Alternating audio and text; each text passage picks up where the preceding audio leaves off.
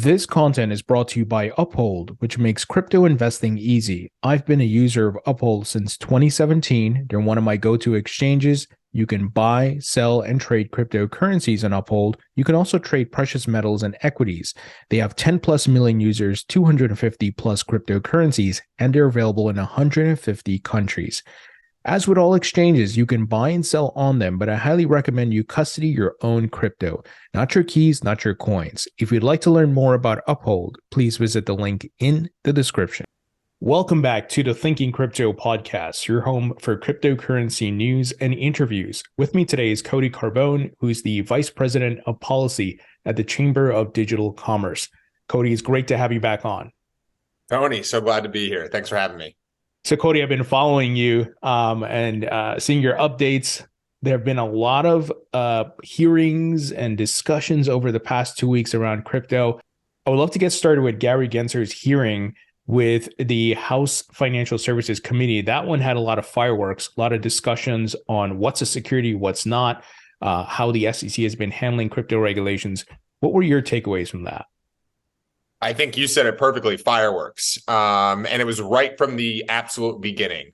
Chairman of the House Financial Services Committee, Patrick McHenry, started off with the question I think we've all been looking for an answer to is Ethereum a security? Gary Gensler has implied as such since they went to the proof of stake consensus model, and he refused to answer. And that kind of set the tone for the entire hearing.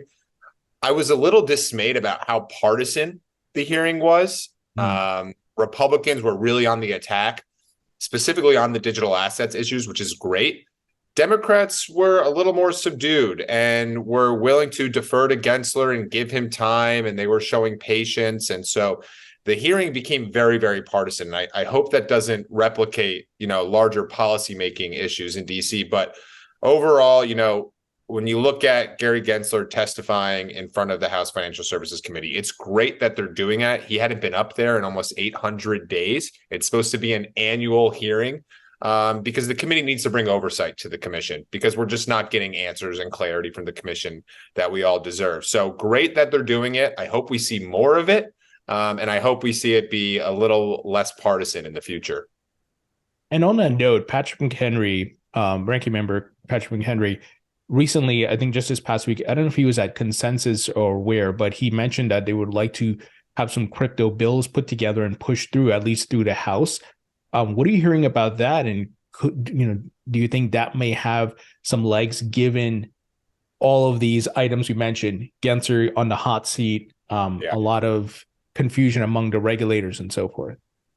Yeah, it was great to hear him say that. And I'm very, glad that the chairman is so optimistic that he can move legislation, and he needs to be because he's on a timeline. Since Republicans took over the House Financial Services Committee, Republicans have term limits for their committee leaders. So Patrick McHenry, because he's been ranking member for the last 4 years, he only has 2 years as chairman of this committee. And he is determined to get crypto legislation passed in these 2 years. So he wants to move very quickly.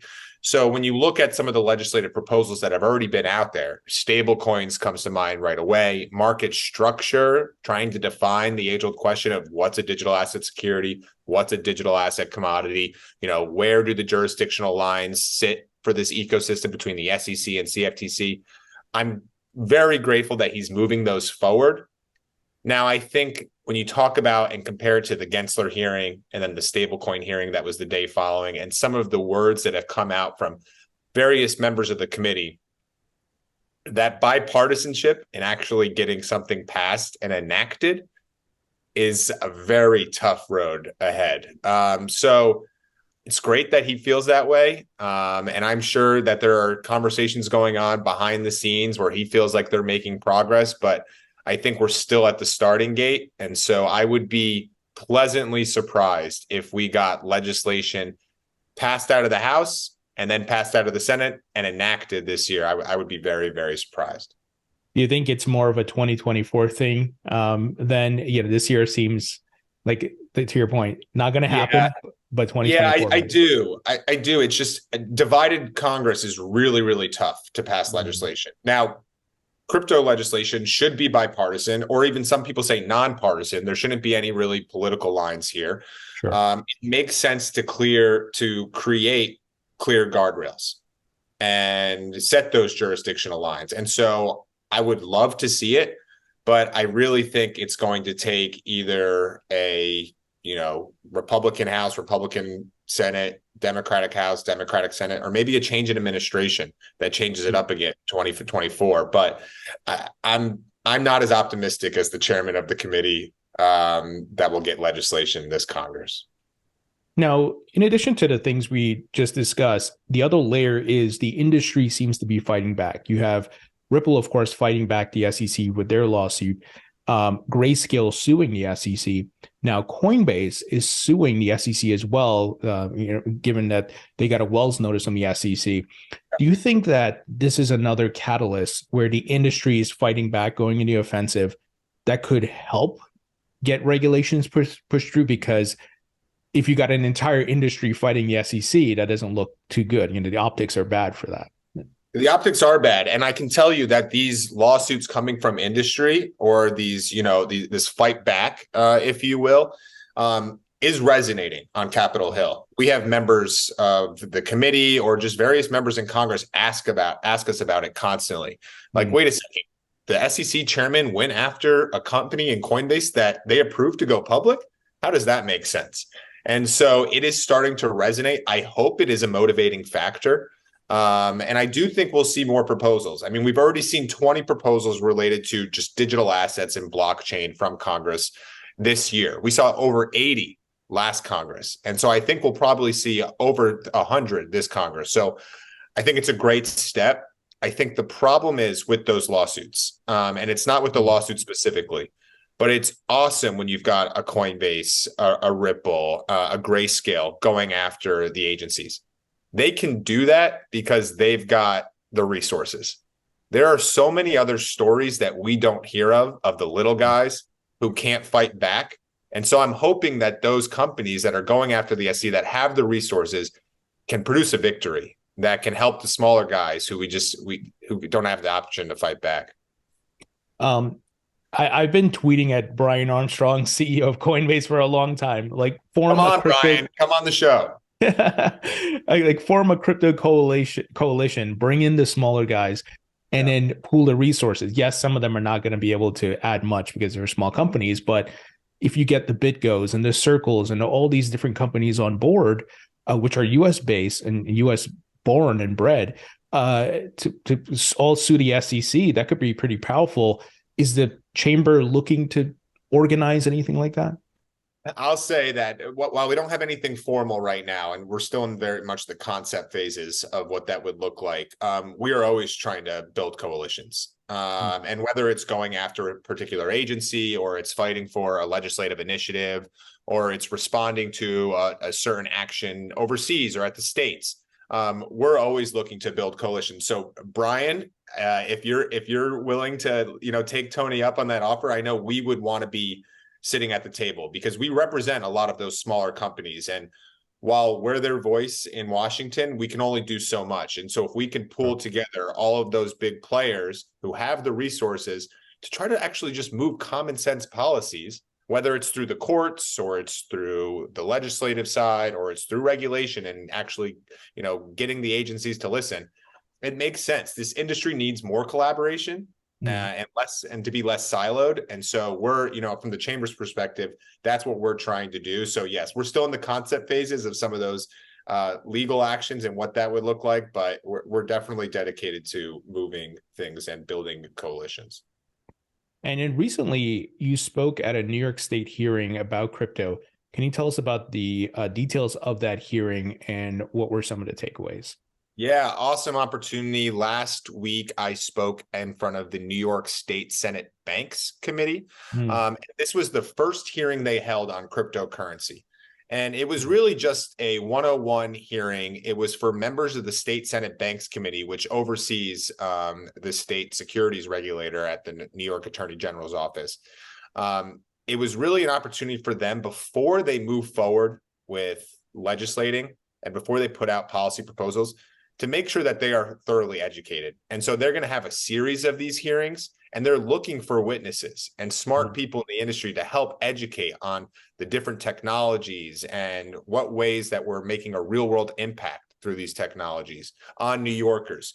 So awesome opportunity. I was amazed at how open, no matter the political party, every member on that committee was willing to learn.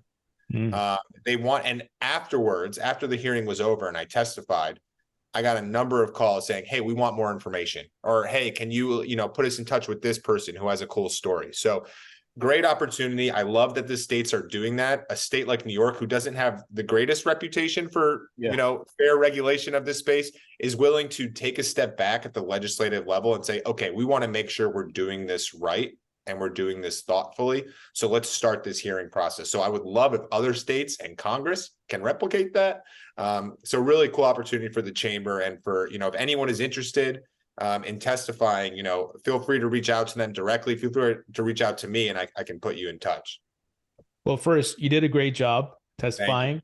Second, New York it seems like it's such a critical state because there's so many things going on. You got your BIT license, you have the New York Attorney General has been part of some lawsuits and things like that.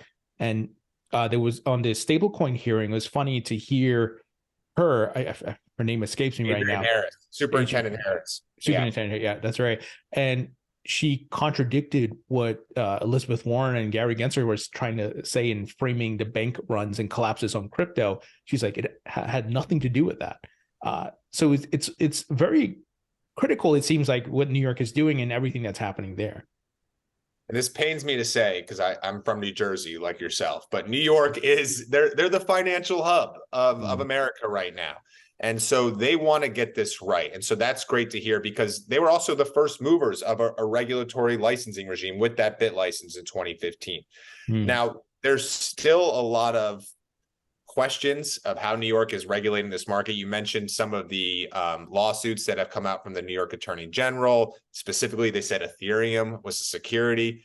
And that same issue of regulatory clarity that we're facing at the federal level is happening at the state level in New York. You've got the NYDFS who's saying, hey, Ethereum is green listed. It's a good token. You should list it. No worries about it. It looks like a commodity. Then you've got the Attorney General saying it's security. So we're seeing the same jurisdictional fights that are playing out at the federal level start to trickle down to the states. So the fact that the State Senate Banks Committee can say, well, wait a second, we need to get up to speed. Like, we need to step in here and we need to learn so we can help legislate to make sure that there's clarity for the industry. I think that's the best takeaway from this. And I hope to see that at the federal level as well. And more states around the country start to replicate that. It's fascinating that that's happening on a state level, that conflict or not being on the same page. And then as you're saying that, I'm almost thinking, is this going to boil over to a point where an executive order may be needed from the president, or is that maybe taking it too far? It's tough. So we had the executive order last March from the president trying to create guidelines for digital assets. The problem is that executive order mentions by name, I believe, 12 federal regulatory agencies and gives them all different tasks. But it doesn't, create clear structures. Only Congress can do that because Congress has oversight of the agencies. And so when you've got 12 cooks in the kitchen, it's pretty hard to make a family meal.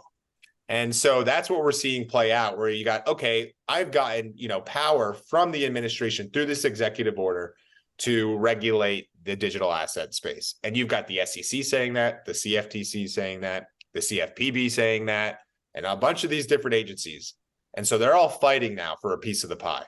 And that's where the confusion lies, because we don't know. I mean, if you're an issuer in this industry and you've got 3 different agencies saying, come in and talk to me, I'm your regulator. Well, wait a second. Do I talk to him, or do I talk to her? Do I talk to him? And you have no idea. So an executive order was great because I think it legitimized the industry here in the United States, where the White House said, okay, we believe this is here to stay. Some things that have come out, some subsequent actions and comments from the administration, would, I think, put that position in jeopardy a little bit. I've been confused since that executive order's come out. Sure. But I think we need more clarity, and only Congress can truly provide it. Now, the other avenue or aspect of this is the courts, as you mentioned earlier. And I think the courts can start to provide clarity, but to really get things moving and to get rulemakings and regulations and the clarity we truly deserve, it's going to have to be through legislation. Yeah, well put with your analogy of 12 cooks and then trying to make a family meal. Yeah. Now, there was also a Bitcoin policy summit last week, and I was really surprised by the statements made by Ted Cruz at that summit, talking about he owns Bitcoin and every Monday he's DCAing, right? Yeah. What were some of the takeaways from there? I saw that you and the rest of the team were there at that summit. Yeah, it was a great event put on by the Bitcoin Policy Institute. There was speeches from a lot of different policymakers, but on the federal side, Ted Cruz, as you mentioned, who said he owns 2 Bitcoin and is continuously buying. Cynthia Lummis, who is the crypto queen. And I think the overall takeaway was, the Bitcoin Policy Institute saying we have clarity. Bitcoin is a commodity. And so we need now to move forward. And we haven't been as involved at the Bitcoin community in the regulatory conversations, but we want to make sure that anything that impacts crypto at large is impacting Bitcoin, and everything is done fairly and consistently. And so I think it's a good opportunity for, the Bitcoin community to have more of a presence on Capitol Hill in Washington. They also announced that they started up a think tank, a bipartisan think tank that will put out policy papers on Bitcoin. So really good to see, that community getting more involved here in Washington, and to see the buy-in from some of the policymaking community of Bitcoin. Yeah, and to your point, a lot of people, as they enter into the crypto market and get familiar with the asset class, it starts with Bitcoin. That's usually the brand and the asset they recognize. And Bitcoin has been, the leader for many years.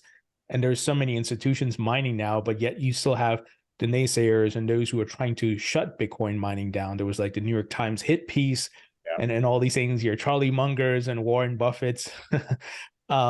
So I think to your point, it has to start with Bitcoin, and then the rest of the market follows. Yeah, absolutely. And there was a huge mining presence, unsurprisingly, at the Bitcoin Policy Summit.